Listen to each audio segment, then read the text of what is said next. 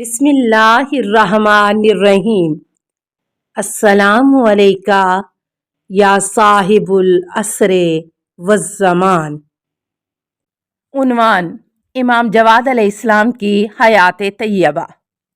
سوال: امام جواد علیہ السلام کی زندگی کے بارے میں ہمیں تفصیل سے بتائیں، اور یہ بتائیں کہ امام علیہ السلام اتنی چھوٹی عمر میں کیسے امام بن گئے۔ جواب: امام محمد بن علی بن موسیٰ بن جعفر بن محمد بن علی بن حسین بن علی بن ابی طالب علیہ السلام ہیں۔ آپ 10 رجب 195 ہجری میں مدینہ منورہ میں پیدا ہوئے۔ آپ کی والدہ ماجدہ کا نام سبیکہ خاتون، جن کو زرت بھی کہا جاتا ہے، اور امام رضا علیہ السلام نے ان کا نام ہجران رکھا۔ آپ نبیتا خاندان سے تعلق رکھتی ہیں، اور بہت ساری روایات میں ان کی تعریف اور تمجید وارد ہوئی ہے، جیسے کشف الغمہ میں ہے بے ابی ابن خیرت المائل النبیہ الطیبات، اور الکافی کی روایت میں ہے الطیبات الفہم المنتجبات الرحم۔ ابن شہر آشوب نے حکیمہ بنت ابی الحسن موسیٰ بن جعفر علیہ السلام سے روایت کی ہے۔ وہ فرماتی ہیں کہ جب خضران سے امام جواد علیہ السلام کی ولادت کا وقت قریب آیا تو امام رضا علیہ السلام نے مجھے بلایا اور کہا، اے حکیمہ، آپ کو امام جواد علیہ السلام کی ولادت کے وقت وہاں موجود ہونا چاہیے۔ پھر مجھے خضران کو ایک دایا کے ساتھ ایک گھر میں داخل کیا اور ہمارے لیے چراغ روشن کیا، اور پھر ہمارے آگے دروازہ بند کر دیا۔ جب ولادت کا وقت قریب ہوا تو وہ چراغ بجھ گیا، اور جناب امام جواد علیہ السلام کی والدہ کے سامنے ایک تشت تھا، تو مجھے چراغ کے بجھ جانے کا غم کھائے جا رہا تھا کہ اسی اثناء میں امام ابو جعفر امام جواد علیہ السلام کو ہم نے تشت میں دیکھا کہ وہ ان کے اوپر ایک باریک سا کپڑا تھا اور ان سے نور کی کرنیں پھوٹ رہی تھیں، جس کی وجہ سے پورا گھر روشن ہو گیا۔ ہم نے ان کو دیکھا، میں نے ان کو اٹھایا اور اپنی گود میں رکھا، ان کے اوپر سے وہ کپڑا ہٹایا۔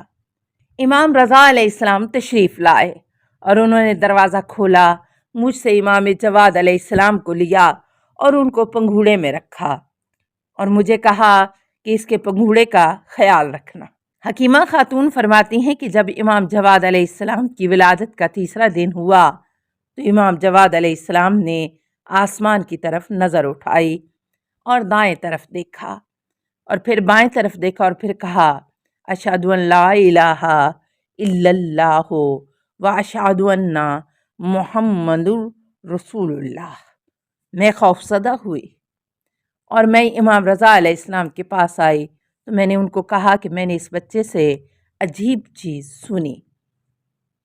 تو امام علیہ السلام نے فرمایا، وہ کیا چیز ہے؟ تو میں نے یہ خبر ان کو سنائی تو امام علیہ السلام نے فرمایا، اے حکیمہ، تم اس سے بھی زیادہ عجیب چیزیں دیکھو گی۔ مناقب آل ابی طالب، جلد سوم، صفحہ 499۔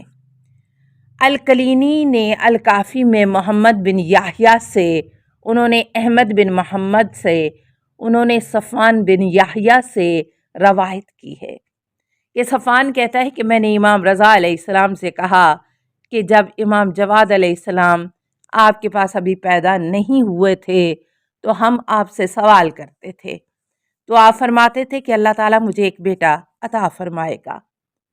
اب اللہ نے آپ کو بیٹا عطا فرمایا ہے، جو ہماری سب کی آنکھوں کی ٹھنڈک ہے، اور اللہ ہمیں وہ دن نہ دکھائے جب آپ ہم میں موجود نہ ہوں، لیکن پھر بھی آپ کے بعد امام کون ہوگا؟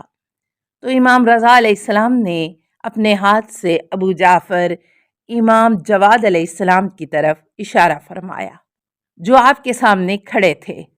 تو میں نے کہا کہ میری جان آپ پر قربان جائے، یہ تو ابھی 3 سال کے بچے ہیں۔ تو امام علیہ السلام نے فرمایا تو اس میں کیا حرج ہے؟ عیسیٰ علیہ السلام کو نبوت ملی تو وہ بھی ایسے ہی تھے۔ جلد 1 صفحہ 321۔ امام جواد علیہ السلام نے امامت کا منصب سنبھالا تو آپ کی عمر 7 سال تھی۔ خراسان میں آپ کے والد امام رضا علیہ السلام کی شہادت کے بعد تمام لوگوں کی نظریں آپ پر تھیں، اور مدینہ منورہ میں ہر طرف سے شیعہ آپ کے گھر میں جمع ہوئے اور انہوں نے آپ علیہ السلام سے 30,000 مسائل پوچھے، جن کا آپ نے جواب دیا، اور پھر وہ لوگ آپ کی امامت پر مطمئن ہو گئے۔ الکلینی نے علی بن ابراہیم سے انہوں نے اپنے والد سے روایت نقل کی ہے کہ ایک علاقے کے کچھ شیعہ نے امام جواد علیہ السلام کے پاس آنے کی اجازت چاہی، تو امام علیہ السلام نے ان کو اجازت دی۔ وہ جب امام علیہ السلام کے پاس آئے تو ایک ہی مجلس میں انہوں نے امام علیہ السلام سے 30,000 مسائل پوچھے۔ تو امام علیہ السلام کی ابھی عمر 10 سال ہی تھی۔ الکافی جلد 1 صفحہ 471۔ آپ کی مدت امامت 17 سال ہے، جس میں سے اکثر آپ نے مامون عباسی کے دور حکومت میں گزارے اور کچھ دن معتصم کی حکومت میں گزارے ہیں، یہاں تک کہ آپ کو آپ کی بیوی ام الفضل بنت مامون کے ہاتھوں زہر دیا گیا، جس کو اس کے چچا المعتصم نے ایسا کرنے پر اکسایا، اور آپ کی عمر اس وقت 24 سال تھی۔ عیون المعجزات صفحہ 118۔ آپ علیہ السلام کی معجزات اور کرامات۔ امام جواد علیہ السلام کے بہت سارے معجزات اور کرامات ہیں۔ خود امامت کے منصب پر فائز ہونا، جبکہ آپ کی عمر مبارک 7 سال ہی تھی، بہت بڑا معجزہ ہے۔ اور امام جواد علیہ السلام کو اتنی چھوٹی عمر میں منصب امامت عطا کرنے سے اللہ تعالیٰ کا ارادہ یہ ہے کہ شیعوں کو اس بات کا عادی بنایا جائے تاکہ وہ امام مہدی علیہ السلام کی امامت کو ان کی چھوٹی عمر میں قبول کریں۔ آپ کی معجزات میں سے یہ ہے کہ شیخ مفید نے کتاب ارشاد میں داؤد بن قاسم الجعفری سے نقل کیا ہے کہ میں امام جواد علیہ السلام کے پاس گیا اور میرے پاس 3 خط تھے جن پر عنوان نہیں تھا، جن کی وجہ سے میں غمگین تھا۔ تو امام علیہ السلام نے ان میں سے ایک خط مجھے دیا اور کہا یہ ریان بن شبیب کا خط ہے، پھر دوسرا دیا اور کہا یہ فلاں کا خط ہے۔ تو میں حیران ہو کر آپ کی طرف دیکھنے لگا، تو آپ علیہ السلام مسکرائے اور مجھے تیسرا خط دیا اور کہا یہ فلاں کا خط ہے۔ تو میں نے کہا جی بالکل ایسا ہی ہے، میری جان آپ پہ قربان جائے۔ جلد 2 صفحہ 293۔ آپ علیہ السلام کے علم کی وسعت۔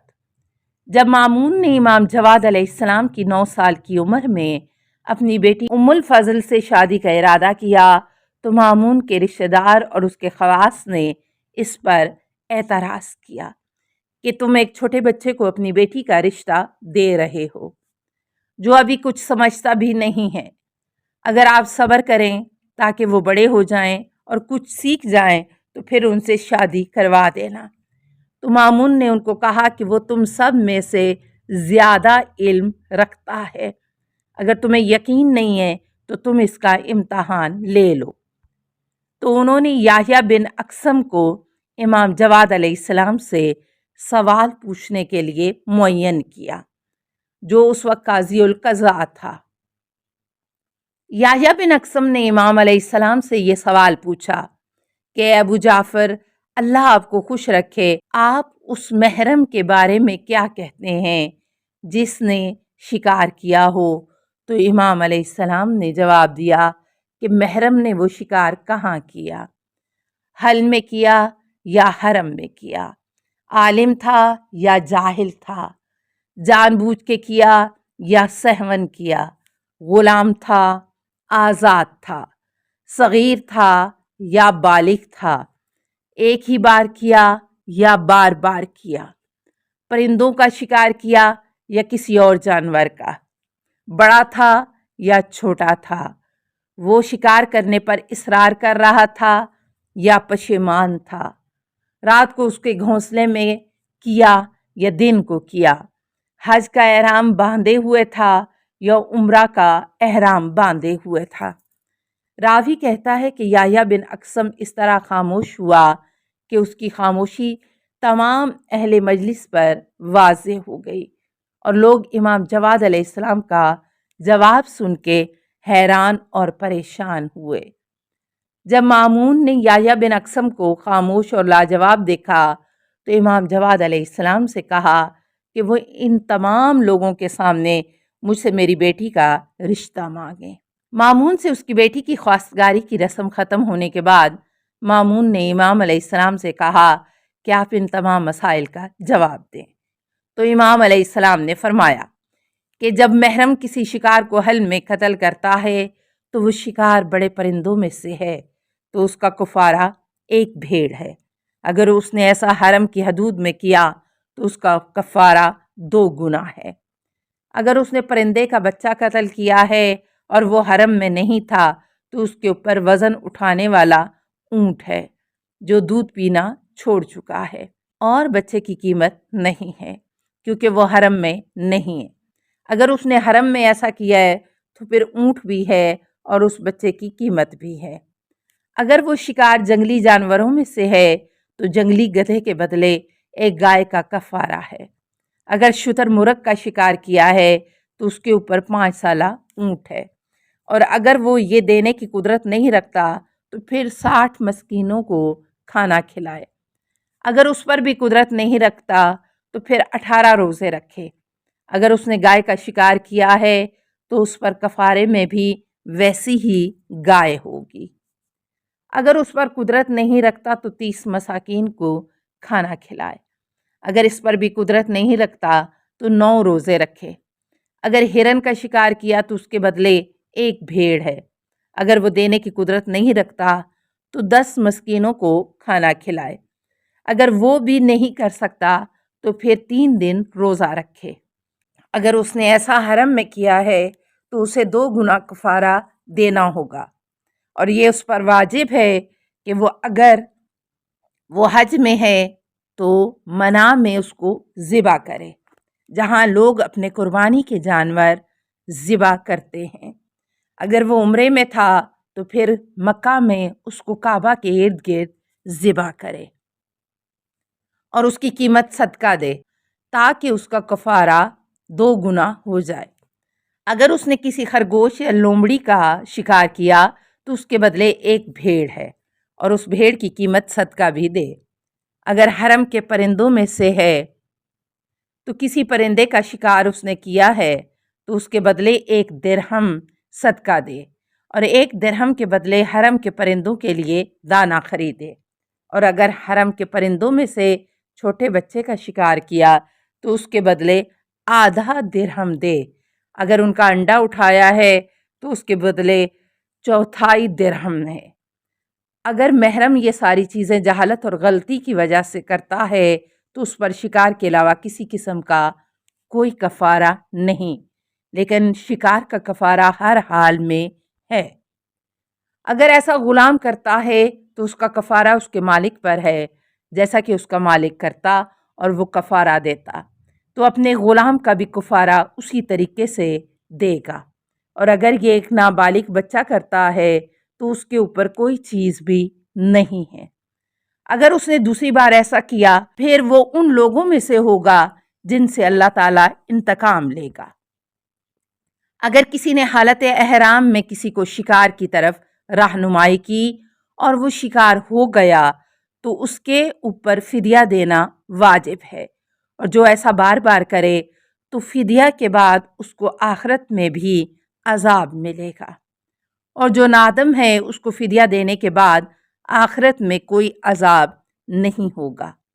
اگر اس نے ایسا رات کو کیا یا مجبور اور غلطی سے کیا تو اس پر کوئی چیز نہیں ہے مگر یہ کہ وہ شکار ہو۔ اگر اس نے رات کو یا دن کو شکار کیا تو اس کے اوپر فدیہ دینا واجب ہے، اور جو حج کا احرام باندھے ہوئے ہے وہ کفارہ کو مکہ میں ذبح کرے گا۔ تحت العقول عن آل رسول صفحہ 453۔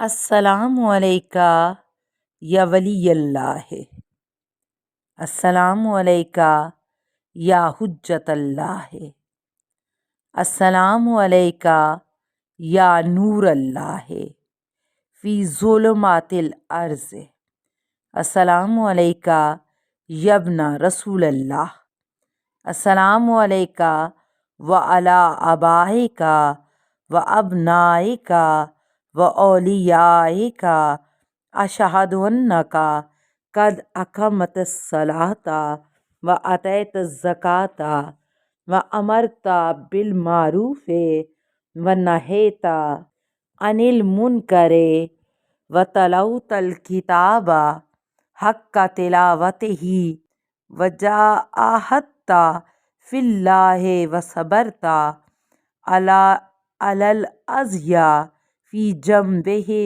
حتی اتاک الیقین، اتیتک زائرا عارفا بحقک موالیا لأولیائک معادیا لأعدائک، فاشفع لی عند ربک ورحمۃ اللہ وبرکاتہ۔